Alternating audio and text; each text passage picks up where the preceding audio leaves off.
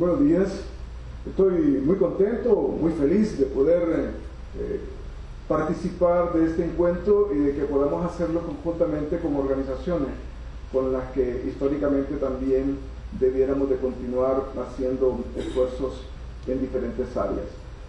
Quiero ver si es posible que en el transcurso de lo que yo voy a intentar trasladar como información, también de antemano expresar ese agradecimiento particular a Nicole en forma personal, pero también en lo que tiene que ver institucionalmente con algo, por la capacidad de respuesta rápida y por el compromiso de atender temas tan urgentes en una agenda congestionada en donde sectores de sociedad civil como la Comisión Menonita o el Grupo de Sociedad Civil y el propio FOSDE, el Fondo ACIRP, como otros sectores, estamos pues interesados en intentar hacer algo. Yo voy a hacer en ese intento algunas reflexiones, algunas ideas que podrían contribuir a lo que podría ser no solo el evento que el gobierno realizará oficialmente el 9 de este mes, a mediados de semana, sino también en el evento que habrá en Corea para intentar poner algunos puntos. El primer elemento que creo que vale la pena decir es que por todas las generaciones, quizá, o por lo menos en las últimas décadas, se nos ha dicho de que somos un país muy rico, que tenemos muchos valles, una riqueza hídrica muy grande, una riqueza eólica muy grande, una riqueza multiétnica muy grande, que tenemos 4 aeropuertos internacionales, 2 puertos marítimos en el norte con una aduana que permite llegar a Estados Unidos de manera más rápida, con algunos algunos puertos marítimos también en el sur, uno de ellos construido inadecuadamente en el periodo de las Fuerzas Armadas, en el que debió haberse hecho en Amapala y no en San Lorenzo. Se nos dice que efectivamente somos una nación que también ha tenido mucho crédito internacional y mucho crédito interno. En otras palabras, se nos dice que somos una nación rica. Pero entonces uno dice, ¿por qué no somos un país desarrollado? ¿Por qué muchas personas, desde hace buen rato, hemos venido diciendo de que estamos en las postrimerías o que ya somos un Estado fallido? Y esto es un elemento importante a tomar en cuenta, porque en ese esfuerzo también ha estado presente una enorme cantidad de recursos y de esfuerzos que también han venido del exterior. ¿Qué indica esto? Bueno, que tal vez desde siempre, desde que sabemos algo de algo, el país es un país mal administrado.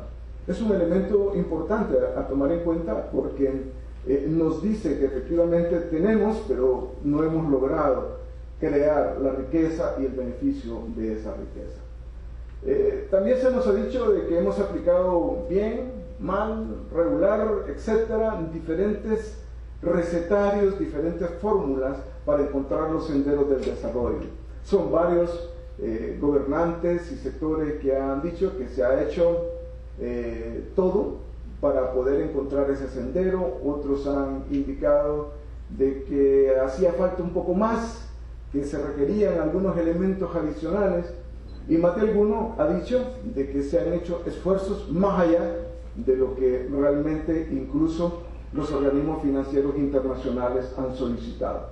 En el fondo, lo que aquí estamos planteando es que muy buena parte también de la cooperación es verdaderamente influyente. Tan influyente que determina entonces el espacio de acción de muchos sectores. Hay una declaración que es muy interesante que escuchamos en Santa Rosa de Copán en el 2010 de una persona que se retiró recientemente de la cooperación en Honduras, está en otro lugar, y decía que Honduras es un laboratorio, es decir, un lugar donde se experimentan diferentes cosas, diferentes procesos que nos tienen entonces con un laboratorio que efectivamente no ha dado exactamente el resultado más favorable. También es cierto que durante estos últimos años se ha hablado bastante de una condonación importante. Importante aclarar también que es una condonación a 40 años, no toda también fue de capital, sino que también habrá que considerar multas, intereses y otras cosas, y que también no era posible, como tampoco lo es ahora, de que esa condonación se pudiera dar en la totalidad del recurso en ese momento. Lo otro que vale la pena decir, que buena parte del esfuerzo de los gobiernos que administran crisis es intentar tener un acuerdo vigente con el Fondo Monetario Internacional. Prácticamente este es uno de los objetivos centrales.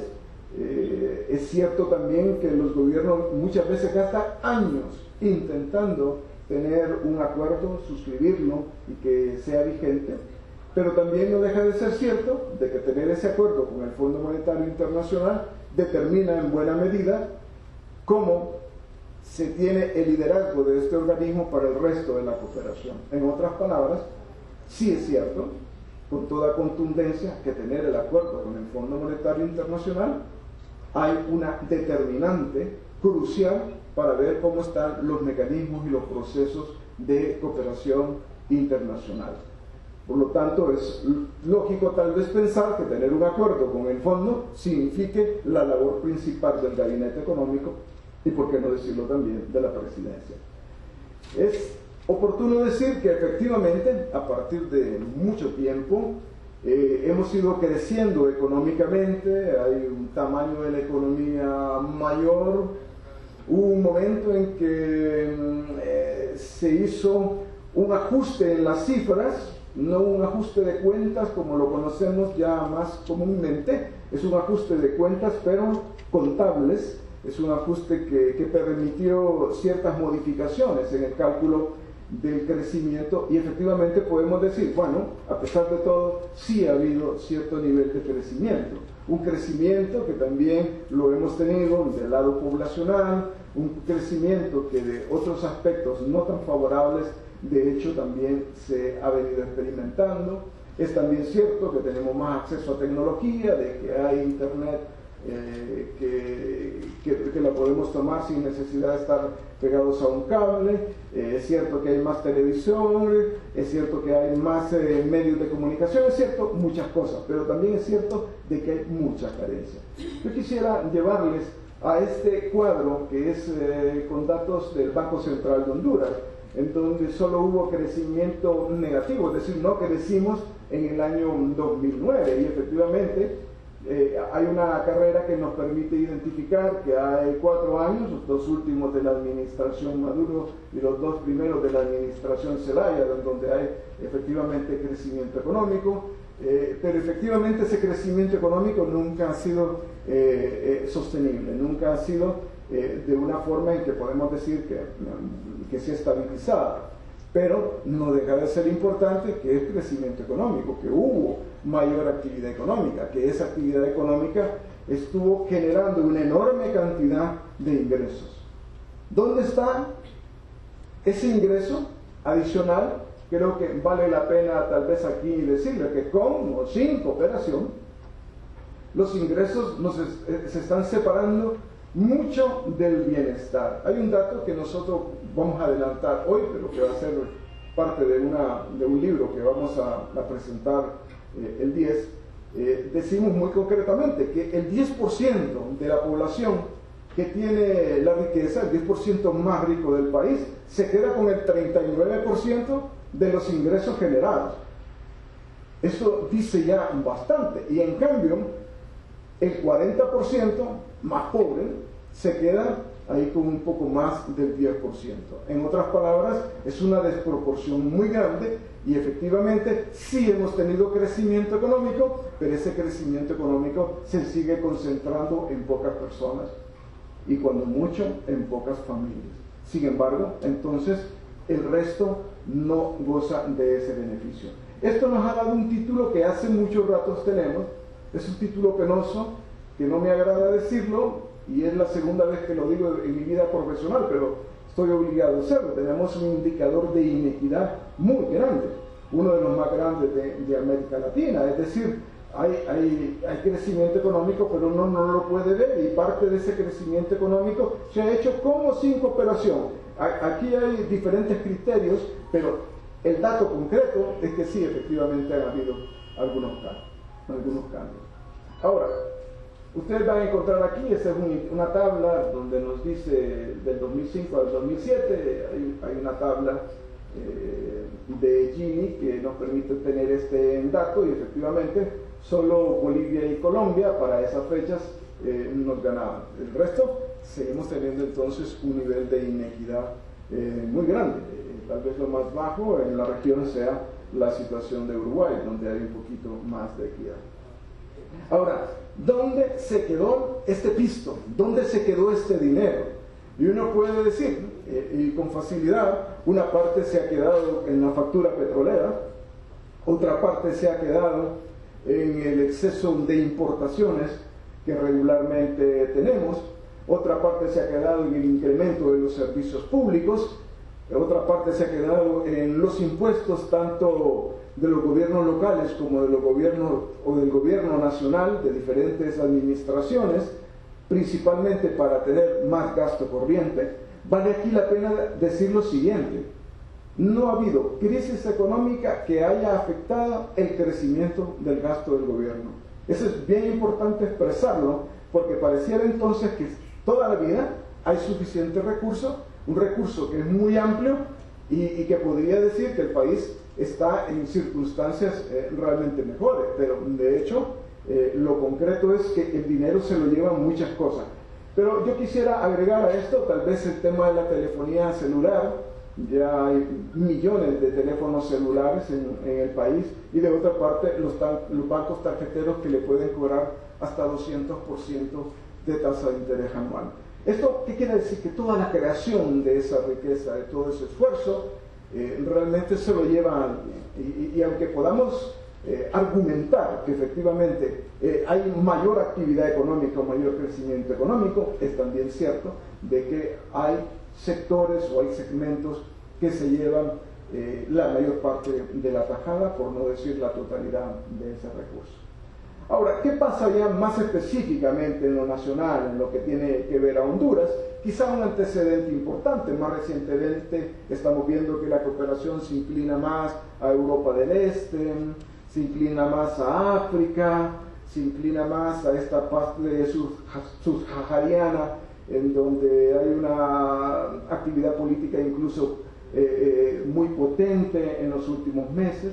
Es cierto también que hay otras iniciativas que del lado del sur, de Sudamérica, vienen saliendo, la mayor parte apoyada por el gobierno venezolano, y otras iniciativas que no he puesto aquí, por ejemplo, además de Petrocaribe, ALBA, Petroalimentos, iniciativas como el Banco del Sur, como la de una sola moneda, la del Sucre, etcétera, que son elementos importantes que antes no estaban en el escenario, pero que ahora forman parte muy importante del escenario nacional de varios países.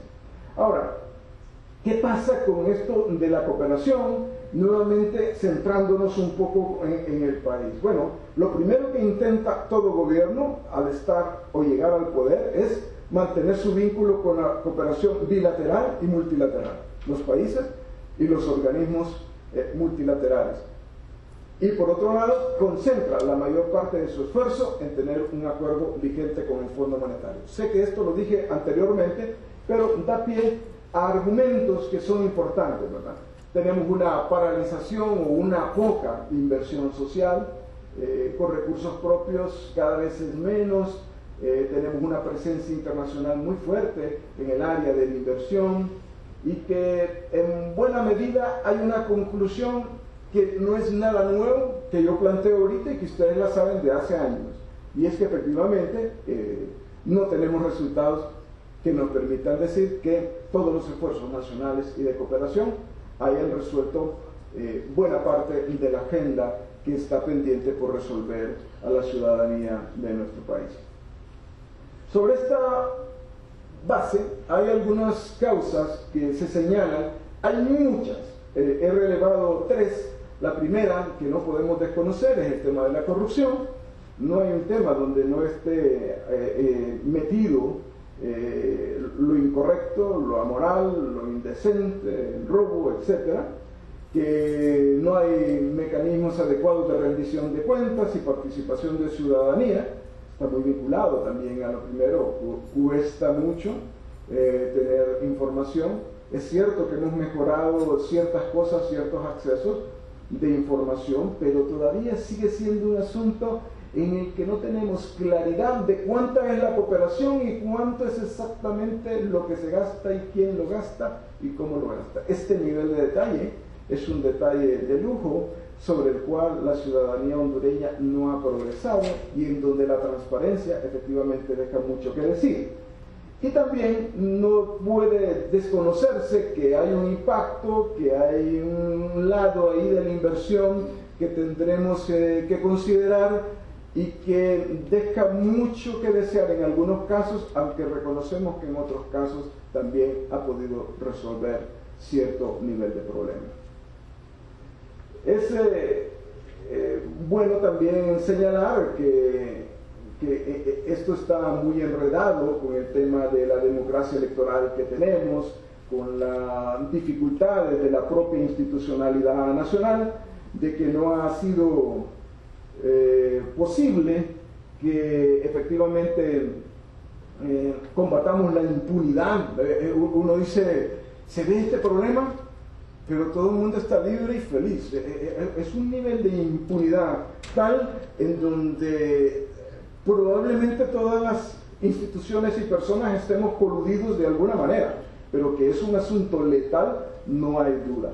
Pero hay algo que vale la pena decir: no hay políticas o no hay un esfuerzo de continuidad en políticas y en procesos de desarrollo, y la cosa más evidente que hemos podido tener en los últimos años es que ha pasado con la estrategia para la reducción de la pobreza. Incluso se ha señalado que se redujo la pobreza, pero nosotros hemos demostrado científicamente que en los últimos 10 años hay más de 1.200.000 nuevos pobres. Entonces hay ahí una ausencia, hay ahí una falta de efectividad, hay una falta de impacto que puede ser parcial, que puede ser definido según la metodología de cada cual, pero que merece también nuestra especial atención. Ahora, sí es cierto de que hay mucha discusión sobre esto y que en los últimos 8 o 10 años, por no decir décadas, se habla bastante de la necesaria complementariedad del apoyo y la cooperación. No debiera reemplazar los esfuerzos nacionales, debiera ser un esfuerzo nuestro. Con un poco de pena, la mayoría son nacionales o personas de la propia intimidad solidaria. Es también cierto que iniciativas como la Estrategia de Reducción a la Pobreza no nació como una iniciativa de algún gobierno pobre del país, de los países del tercer mundo, sino que tuvo que nacer de iniciativa del Banco Mundial y así sucesivamente. No es que no haya habido o que no sigue habiendo propuesta de parte de las comunidades nacionales, sí ha habido, pero digamos que en esto marca mucho quien lo dice. Y quien lo dice, si tiene recursos, pone un poco la música del baile. Y la música del baile casi siempre está muy relacionada a quien pone más. Por lo tanto, es también cierto de que algunas excepciones existen, que han habido recursos que no se pueden desconocer, y les cito algunos. La construcción de escuelas, efectivamente es algo bueno, importante. Puede decirlo, algunas cosas ahí cuestionando. La construcción de hospitales, el equipamiento, lo que tiene que ver con parte de la infraestructura vial también. Podemos decir que en el área de telecomunicaciones, en el área de energía, en el área de saneamiento básico, de agua también hay inversiones importantes. Pero también es cierto de que si uno hace una valoración total, en realidad las desigualdades que nos caracterizan como país han sido fomentadas en muy buena parte por estos esfuerzos incompletos o por estos esfuerzos comprometedores. Y ahí entonces que algunos especialistas en el tema hablan de apropiamiento, de que hay que elaborar nuestro propio plan.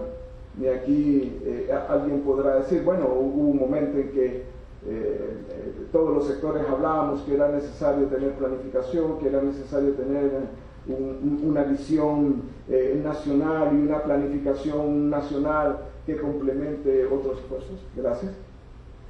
Pero de todas maneras es también cierto de que es necesario ver qué hacemos para que esta cooperación pueda adaptarse a planes nacionales, y aquí es donde viene el detalle: planes nacionales incluyentes de las perspectivas, de las connotaciones, de las propuestas que vienen también de la ciudadanía.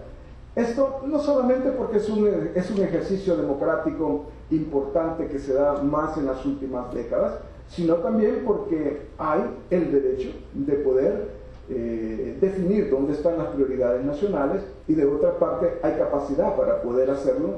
Y un tercer elemento muy importante es que ya hay algunos que se equivocaron y no podemos continuar pensando que deberán equivocarse eternamente, sino que también habrá la expectativa de que otros sectores pudieran hacer planteamientos para que el país, para que nuestro país pueda tener un sendero de desarrollo o un sendero muy distinto.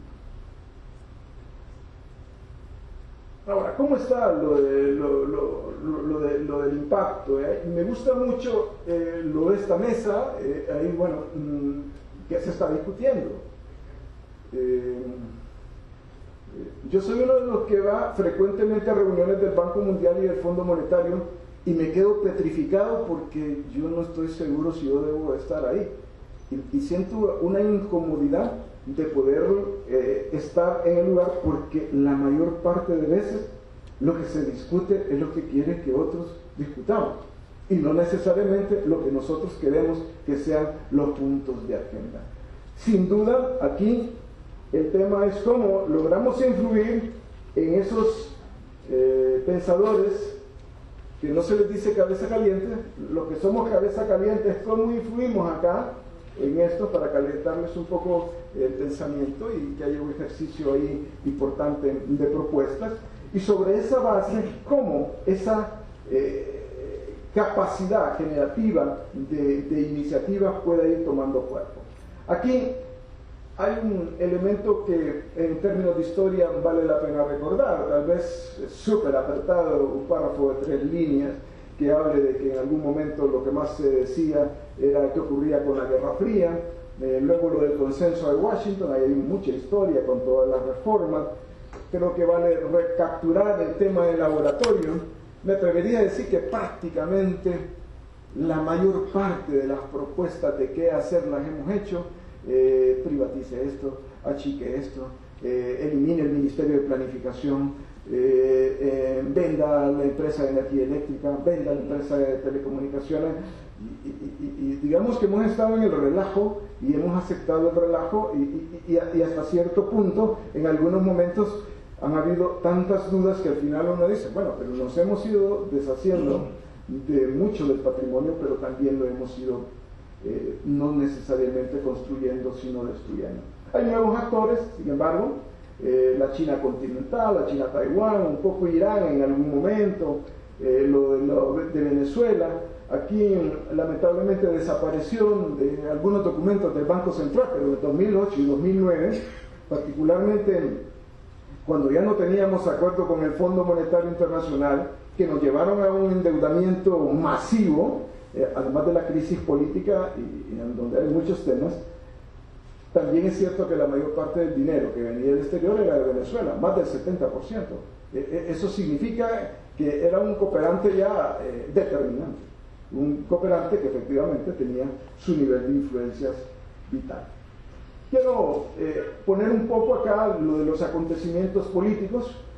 Aquí básicamente lo que nosotros queremos señalar es que efectivamente, a pesar de todos los temas de modernización del Estado, a pesar de que buena parte de los programas de ajuste económico, los programas de ajuste estructural hablaban de sendas modificaciones y de sendos apoyos en el tema institucional, en el tema de modernización del Estado, tuvimos un problema que no pudimos resolver probablemente de la mejor forma, y aquí entro a un escenario en donde quiero ser, igual que siempre, respetuoso, cualquiera sea la opinión y cualquiera sea la idea. Pero el dato concreto y no tengo más datos que hasta el 2007, que efectivamente había bastante donación, habían bastantes préstamos, esto como mostaza y esto más verde, habían esfuerzos nacionales, hay una muy buena cantidad de recursos, pero al final, institucionalmente, seguimos teniendo problemas. ¿Es esto únicamente exclusivo al tema que tiene que ver con lo político electoral? No. De hecho, lo que está pasando en seguridad, de lo que está pasando en administración de justicia, dice muy claramente de que efectivamente tenemos muchas respuestas que dar. Quiero apuntar un poco en contraste los apoyos al sector ganadero, al sector agrícola y ganadero, perdón, de la cooperación. Hubo un momento alto, luego ha habido una caída. Si usted revisa esto también cuando se hace asignación de recursos económicos por parte del sistema financiero hondureño, encuentra que prácticamente no hay dinero para la actividad agrícola. Entonces uno dice, pero si el país, la mayor parte de la población es de agricultura y ganadería, entonces ¿cómo estamos sobre la base del trabajo que hay que hacer con ellos? Y lo otro que también no deja de ser importante, ¿en qué momento esto tiene conexión con los problemas que están en el nuevo escenario, que ya no es nuevo, que ya tenemos varias décadas de estarlo confrontando, de ser el país o uno de los países con mayor vulnerabilidad ecológica? ¿Cómo conectar esto? ¿Cómo resolver un problema esencial para la sobrevivencia y la existencia si no existe de manera muy marcada? Quiero tal vez aquí detenerme, y me estoy adelantando un poco a algo. Cuando el MISH tuvimos la oportunidad de discutir algunas cosas, y parte de esas cosas estaba relacionada al financiamiento. Tenemos una cosa que le llamamos la del dinosaurio, que me he olvidado ponerlo: cuánto nivel de endeudamiento hay después de que hay un acontecimiento climático que nos afecta, y el MISH para mí fue lo más significativo. Se nos dijo que íbamos a tener 2.700 millones de dólares, de los cuales 1.100 eran donaciones, y póngale ahí comillas, y 1.600 millones nuevos préstamos. Y si a eso le agregamos que la nueva infraestructura que quiere crearse, porque la infraestructura vía anterior no es consistente con los nuevos problemas climáticos, etc., el esfuerzo de la cooperación ahí sigue teniendo serias dificultades, y no digamos nosotros como país que no hemos podido enfrentar. Quiero hablar de un tema que regularmente no se discute mucho, a excepción de las últimas semanas, esto del secuestro, lo del sicariato, de que hay gobiernos locales que ya no pertenecen a la égida política electoral normal, que hay problemas de gobernabilidad del país. Este es un tema recurrente que está muy conectado al área de modernización del Estado, pero también con un hecho muy concreto. Efectivamente, la economía subterránea, la mala economía subterránea, tiene un efecto significativo y tiene un peso muy grande, y hay una inclinación del apoyo internacional que pareciera va a estar orientado en los próximos años sobre este particular. Ahora, hay otro punto que quisiera enfatizar. Hay una tendencia a ver el tema comercial como un nuevo elemento de la cooperación. Probablemente este es un tema que ha estado presente siempre, pero en concreto todo el mundo nos dice que tan abierta es nuestra economía. Aquí lo que queremos decir es qué tanto puede venir del exterior y usted lo recibe casi sin ningún problema. Usted va a encontrar aquí a República Dominicana, este es Honduras, el más abierto, luego Nicaragua. Entonces uno dice, los menos desarrollados, usando un término suave, son los que tenemos las economías más abiertas, y en cambio este es Estados Unidos y este es España. Entonces uno dice, bueno, ahí hay un elemento importante que considerar, pero no todos nos abrimos de la misma manera, y por lo tanto no todos recibimos los beneficios de igual forma. ¿Qué quiere decir esto? Que bueno, hay un elemento que no deja de ser ideológico, pero es también fundamentalmente técnico, sobre lo cual habrá que trabajar, porque habría que decir entonces, y hoy perdí el cuadro de importaciones y exportaciones, pero se lo digo así un poco de memoria.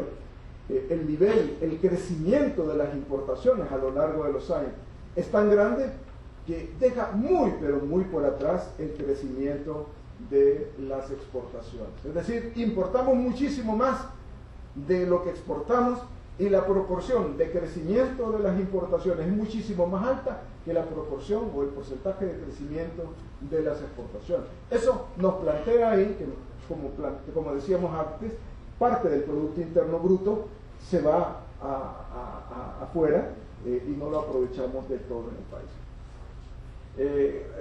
Voy a recordar aquí lo del acuerdo del CAFTA, de República Dominicana y de Centroamérica, y que tiene su vigencia. Es bien importante ver que uno de los aspectos que están contemplados ahí tiene que ver con asistencia técnica, cooperación en lo que tiene que ver con producción, en lo que tiene que ver con el mejoramiento de ciertas calidades para que en Estados Unidos no se tengan inconvenientes de importación. No estoy condenando el asunto, pero estoy señalando muy concretamente que la conexión entre comercio y desarrollo y cooperación es un asunto que ya no se puede desconocer. Más recientemente hemos estado vinculados al acuerdo de asociación con la Unión Europea. Hay, digamos, 5 componentes, pero yo quisiera enfatizar los 3 que están aquí en rojo: diálogo político, cooperación, comercio e inversión. Es decir, se está viendo entonces el tema de la cooperación, el comercio y la inversión como un elemento conjunto, como un elemento que está intrínsecamente ligado al tema de cooperación y al tema de los esfuerzos internacionales.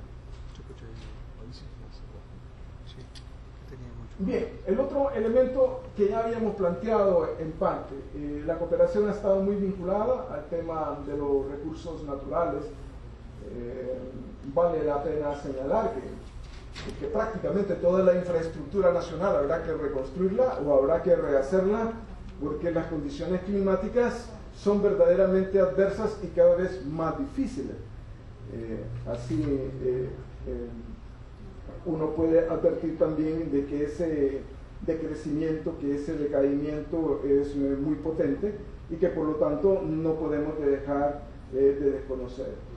Tiene un papel protagónico, pero también aquí hay un punto importante. Hay gente que ofrece dinero, hay gente que ofrece muchas cosas, pero en unas conversaciones que hemos tenido con el Gabinete Económico y con el Congreso Nacional, les planteamos de que hay también una vinculación en el tema de corrupción muy fuerte. Por ejemplo, se habla de dragados. Hay una gran cantidad de ríos que son dragados, supuestamente, pero a la hora de la hora, cuando se hace el esfuerzo de identificar dónde está, eso se convierte en un asunto verdaderamente difícil, sino imposible, y queda ahí una cantidad de millones, tal vez miles de millones de lempiras que se pierden. El otro tema que se está vinculando mucho y cada vez tiene una fuerza es que las migraciones pueden ser contempladas como parte de la cooperación. Y de hecho ya es más de 1 millón de personas hondureñas que viven en Estados Unidos. Otro importante sector está en España. La gente se va en condiciones forzadas, pues hay alguna gente que considera que es necesario. Habrán temas aquí de lo ideológico, lo del sueño, etcétera, pero independientemente de eso, el dato concreto es que mucha gente la que viene y que tiene un impacto social y un impacto humano que tendremos que irlo calculando y que tendremos que irlo parando. El dato al 27 de octubre, que tuvimos acceso hasta el sábado, nos hablaba de que este nivel de remesas, miles de millones, 2.279 millones, lo que se ha venido recibiendo en el transcurso del año, pero usted va a encontrar que esas remesas son muy grandes, muy significativas. Estoy prácticamente seguro de que será entre 2.650 y 2.750 millones lo que se recaudará a finales del año, pero esto es muy importante, el margen de maniobra que hay en esto, porque uno puede ver que hay una enorme preocupación en nuestra embajada, particularmente en Washington, intentando resolver el TPS. Y es un asunto verdaderamente importante, porque resulta entonces que buena parte del exceso de importaciones se pagan con esas remesas. Resulta también cierto de que muy buena parte de la recaudación tributaria o un componente importante de recaudación tributaria tiene que ver con estos dineros, y no hay duda de que esto puede contribuir a atenuar un poco el empobrecimiento y hasta los indicadores de pobreza. No voy a ir más allá porque es un tema aparte. Quiero terminar. Quizá hablar un poco de lo que tiene que ver con el gasto militar. Esto teníamos en el FOSDE probablemente los 4 o 5 últimos años hemos venido hablando de que crece el gasto militar, de que hay mucho dinero que está en eso. Nosotros sí reconocemos que efectivamente hay problemas de violencia, hay problemas de inseguridad que son muy grandes, pero también es cierto de que hay un incremento importante a las organizaciones que debieran estar encargadas del control de estos grupos o de este flagelo. Doy un dato que FOSDE ha venido recabando. Esto es los gastos del Ministerio de Defensa, los gastos del Ministerio de Seguridad. En el 2005, Defensa tenía 933 millones, en el 2012 tendrá casi 3.000 millones, es decir, subió más o menos 2.000 millones de lempiras.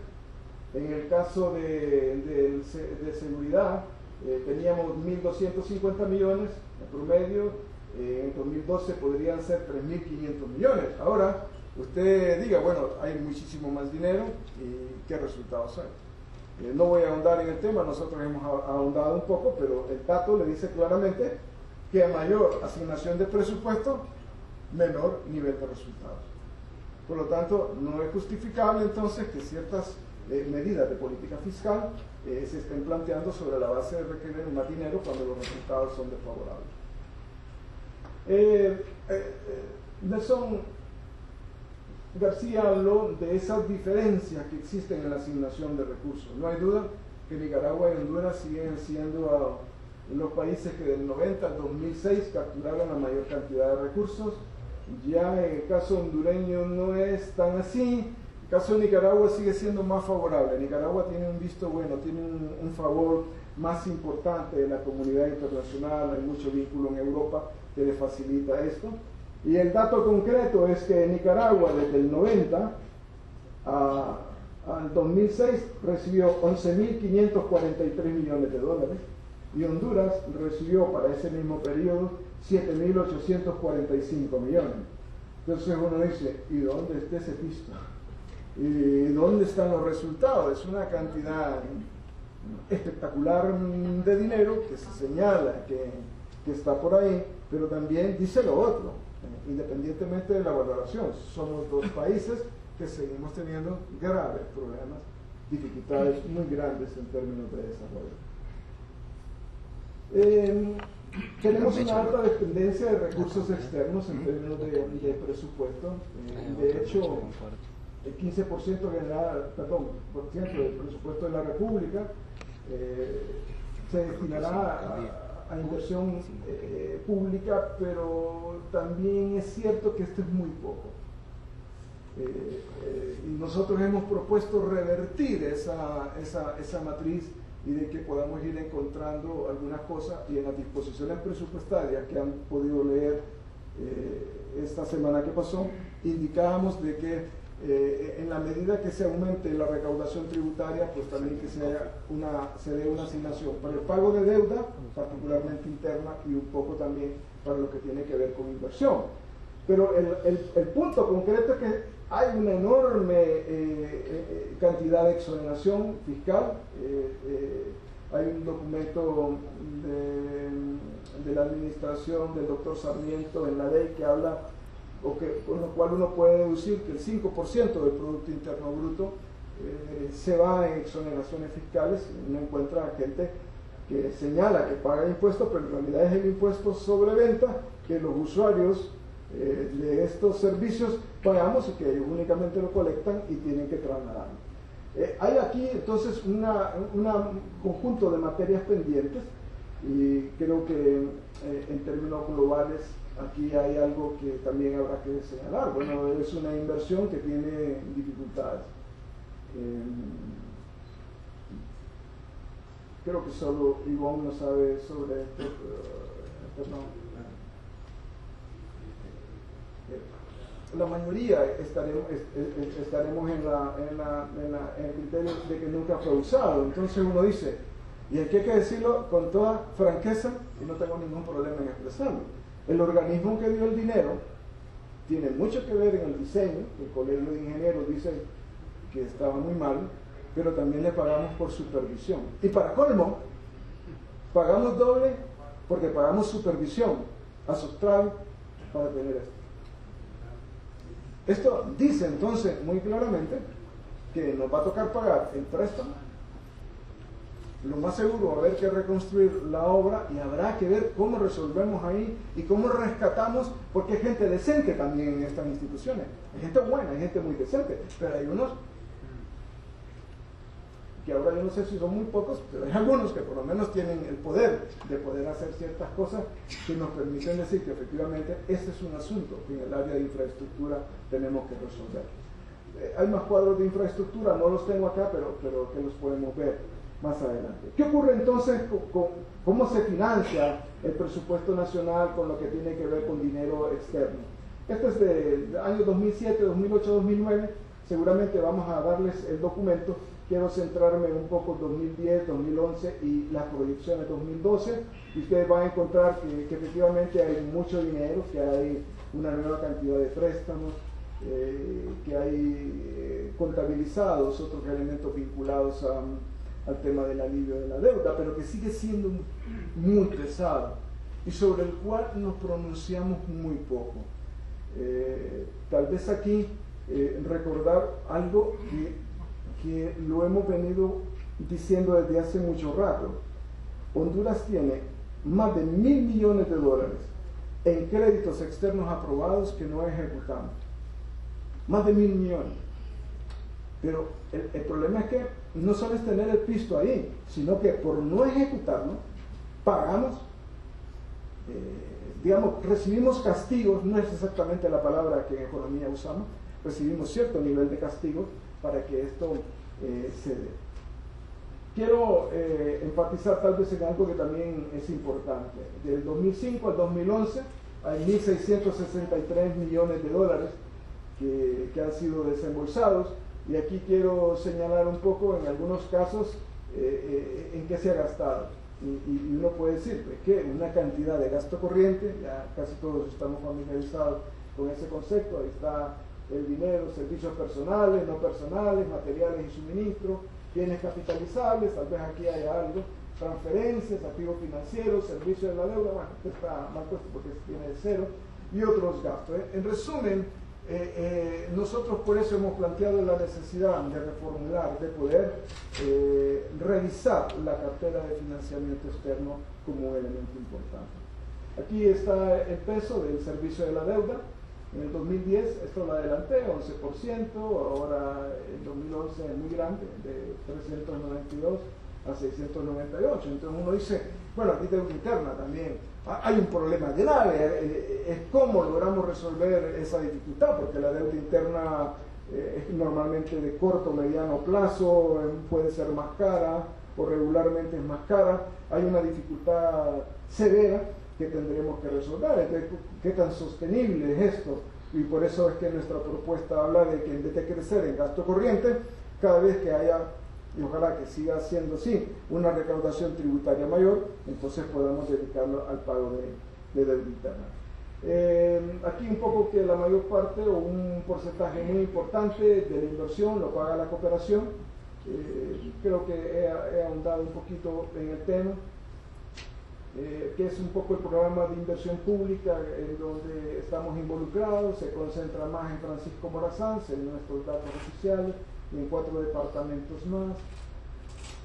Y quiero cerrar mi presentación diciendo que para mí hay una conclusión central, y es que debemos apoyarnos para ayudar a reorientar la cooperación con adecuados esfuerzos nacionales. El puente dice mucho, creo que hay algo ahí Creo que en la parte institucional la doctora Julieta Castellanos se expresó, como dice aquí, madre del hijo asesinado, pide al gobierno que apoyen a la policía, nos sigan alimentando a un monstruo. Esto dice entonces que efectivamente tenemos circunstancias, puntos tan complicados en donde sin lugar a dudas habrá que ver cómo redefinimos los esfuerzos de la cooperación internacional en Honduras. Muchas gracias.